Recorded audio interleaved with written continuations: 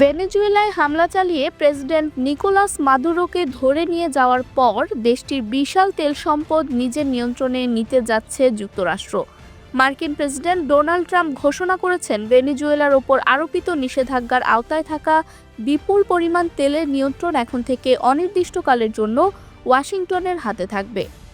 এই সিদ্ধান্তের ফলে ভেনেজুয়েলার ভাগ্যে কী ঘটতে যাচ্ছে তা নিয়ে বিশ্বজুড়ে চলছে চুলচেরা বিশ্লেষণ।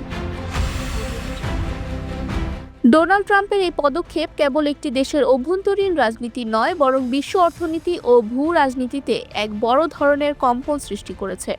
ভেনেজুয়েলার অন্তর্বর্তীকালীন সরকারের সঙ্গে এক চুক্তির মাধ্যমে ট্রাম্প প্রশাসন এখন দেশটির প্রায় 3 কোটি থেকে 5 কোটি ব্যারেল তেলের বাজারজাতকরণ ও বিক্রির সরাসরি নিয়ন্ত্রণ নেবে।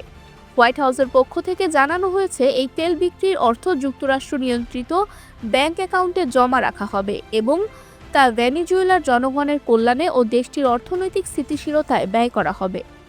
তবে সমালোচকরা একে ভেনেজুয়েলার সম্পদের ওপর যুক্তরাষ্ট্রের একচ্ছত্র আধিপত্য হিসেবে দেখছেন।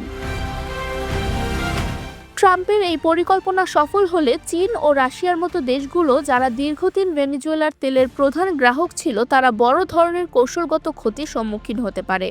সব মিলিয়ে ভেনেজুয়েলার তেলের ভবিষ্যৎ এখন পুরোপুরি হোয়াইট হাউসের সিদ্ধান্তের উপর নির্ভরশীল হয়ে পড়েছে। ভেনেজুয়েলার বিশ্বের অন্যতম বৃহত্তম তেল মজুতকারী দেশ হওয়া সত্ত্বেও বছরের পর বছর অব্যবস্থাপনা এবং মার্কিন নিষেধাজ্ঞার কারণে দেশটির উৎপাদন ক্ষমতা বর্তমানে তলানিতে ঠেকেছে। বর্তমানে দেশটি প্রতিদিন মাত্র 10 লাখ ব্যারেলের মতো তেল উৎপাদন করছে, যা বৈশ্বিক উৎপাদনের 1%-এরও কম। ডোনাল্ড ট্রাম্পের নতুন পরিকল্পনা অনুযায়ী যুক্তরাষ্ট্র এখন ভেনেজুয়েলার তেলের প্রধান নিয়ন্ত্রক হিসেবে আবির্ভূত হতে চায়।